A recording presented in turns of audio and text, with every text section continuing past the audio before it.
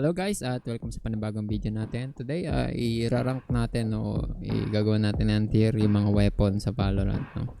So bali lahat, no, nandito mula from melee to rifle to sniper rifles, no. So sisimulan natin sa melee. So yung melee natin is based on tawag doon, kahalagahan niya, no, in-game and priority. So yung knife,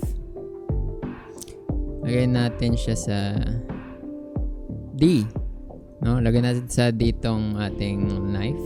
So hindi siya ganun ka-importante most of the time.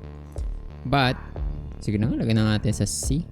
Dahil yung knife ay syempre most of the time naka-equip yan, pero yung usability niya, no, yung importance niya sa laro is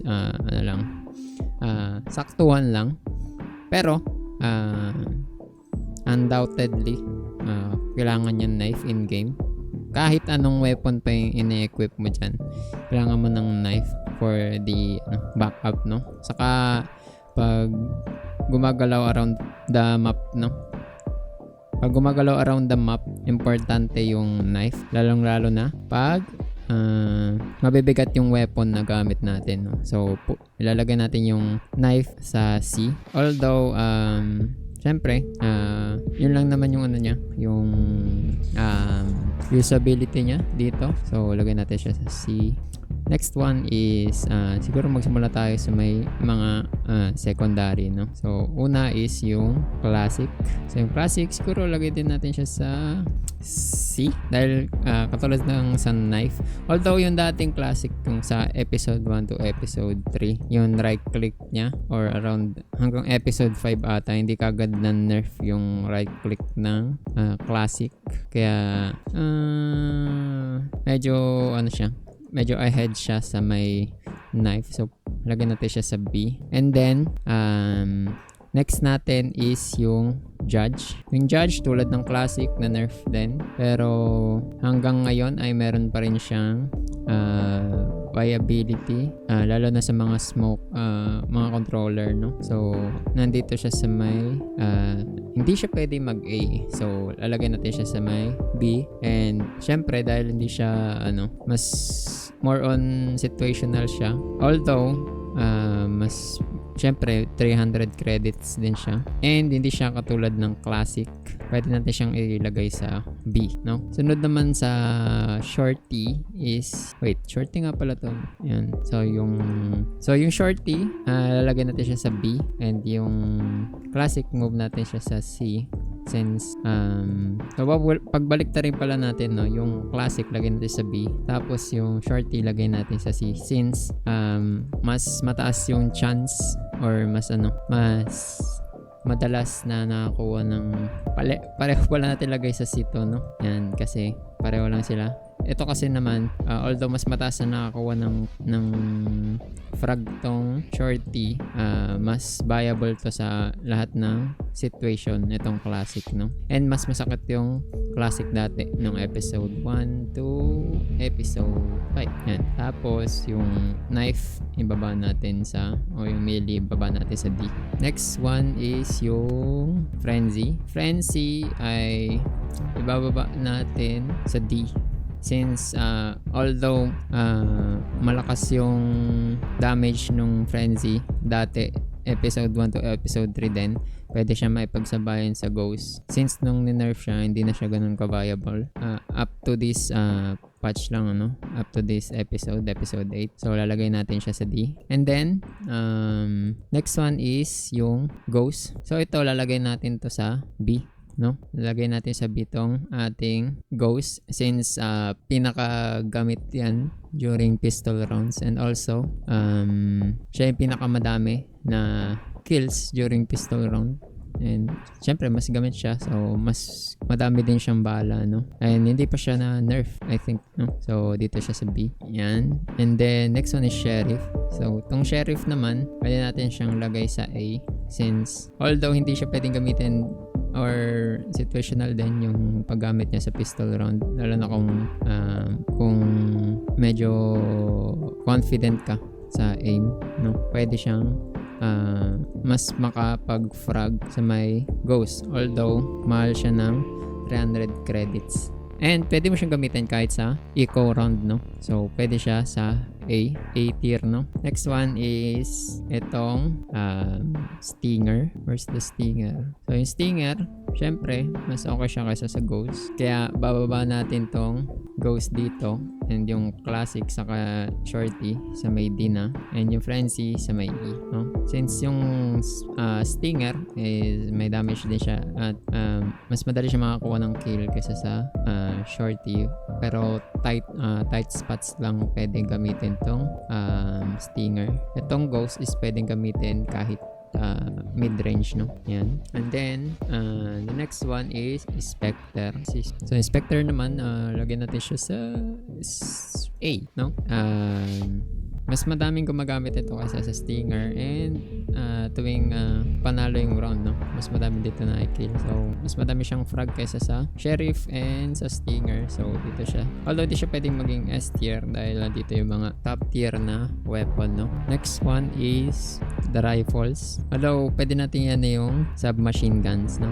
So submachine, meron pa pala tayo, no? Meron pa tayong shotgun. So dalawa lang yung shotgun natin, no? Which is Bucky and the Judge. So yung Bucky, lalagay natin siya sa B tier kasama ng Stinger dahil pareho silang situational, pero mas madami namang frag or mas malakas yung presence ng Bucky kesa sa Ghost, and pareho sila, no, na malapitan nitong Stinger. So tama lang sila sa B tier. Next one is yung Judge. Yung Judge naman ay lalagay natin sa S tier, no? Dahil mahirap pasukin, no? Itong Judge, lalo na pag ito yung nag-hold ng angle or ng corner. Nariba na lang gamitan yung utils. So, pwede natin siyang ilagay sa S tier, no? And sobrang daya ng Judge, no? Kahit nung nerf na, no? Kaya dyan siya sa S tier. Next up is yung ano naman, yung ating machine guns and submachine. Machine gun naman, no? So, meron tayong dalawa, which is yung Ares at yung Odin. So, unahin natin yung Ares. Yung Ares, madalang siyang magamit, lalo na nung nerf after ng kanyang buff. Napalitan siya ng nung binuff siya dati is napalitan niya yung Vandal, although saglit lang siya tapos na nerf siya ulit. So lagay natin siya sa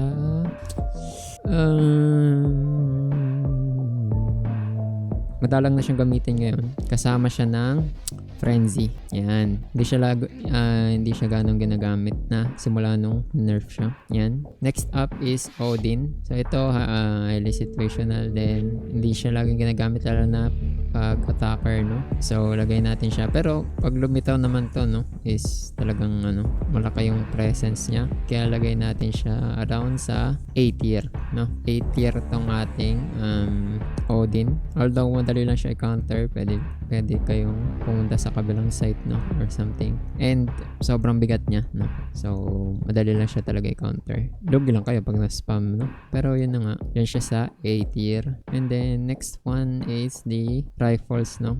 So simula tayo sa Bulldog, which is lagay natin to sa baba ng ating Spectre. Kasi nasa siya, parang ito yung isa sa mga pinaka weird na spot, no. Nasa gitna siya ng Spectre at ng rifle na madalas gamitin, which is yung Vandal, no. And hindi siya frequent na nagagamit, no. Madalas nagagamit. Although hindi siya situational, madalang siyang lumitaw in-game, no. Gamitin in-game. Kaya lalagay natin siya sa B tier. Next one is yung Guardian. Isa ding situational na madalang lumitaw. Ngunit, mas mataas naman yung presence kesa sa may Bulldog. Kaya lalagay natin siya sa A tier, no? Yan, A tier. Then, yung sunod natin after ng Guardian is yung dalawa nating main rifles, which is Phantom and the Vandal, no? So unahin natin yung Phantom. Yung Phantom, lalagay natin siya sa A tier, since although katapatan siya ng Vandal, no, is hindi siya kasing gamit tulad ng Vandal. and mahirap siyang gamitin lalo na pag long range, no? And syempre, Vandal is for S tier. Ito yung pinakamadalas gamitin ng lahat ng player, no? Kaya dito siya sa S tier. And then we go to the Marshall. Marshall is for eco rounds and also for situational din talaga. So, pwede natin siyang ilagay sa B tier. Yan. And syempre, operator, A tier lang din siya. No? Dahil masyadong mahal yung operator. Although, dahil nga mahal yung operator, madalang siya magamit. Although, pag merong operator is talagang nagiging center siya ng game, no? So, dito na umiikot yung strat ng team sa operator. Kaya dito siya sa A tier. Although wala pang outlaw, no? Pero yung outlaw is pwede natin ilagay sa B tier, which is pwede natin ilagay siya sa B tier dahil hindi siya kasing prominent tulad ng Sheriff or Spectre and other A tier na weapon. Pero mas mataas siya kaysa dito sa Bulldog and sa dalawa, no? Marshall, Bulldog. Kaya dito siya sa B tier, no? So, this is the whole tier list. And ito yung buong tier na ginawa natin, no? So, sa S tier is Judge and Vandal. A tier is Spectre, Sheriff, Odin, and Guardian, Phantom, and Operator. B tier is Stinger, Judge, Bulldog, and Marshall. C tier is Ghost. D tier is Classic, Ghost. E tier is Frenzy and Ares, and F tier is the melee, no? So ito yung tier list natin ng weapons sa Valorant as of this patch, no? Let me know on the comments below anong masabi niyo dito sa tier list natin, no? Comment down below, and please don't forget to like and subscribe to our channel. See you guys in the next video. God bless us all.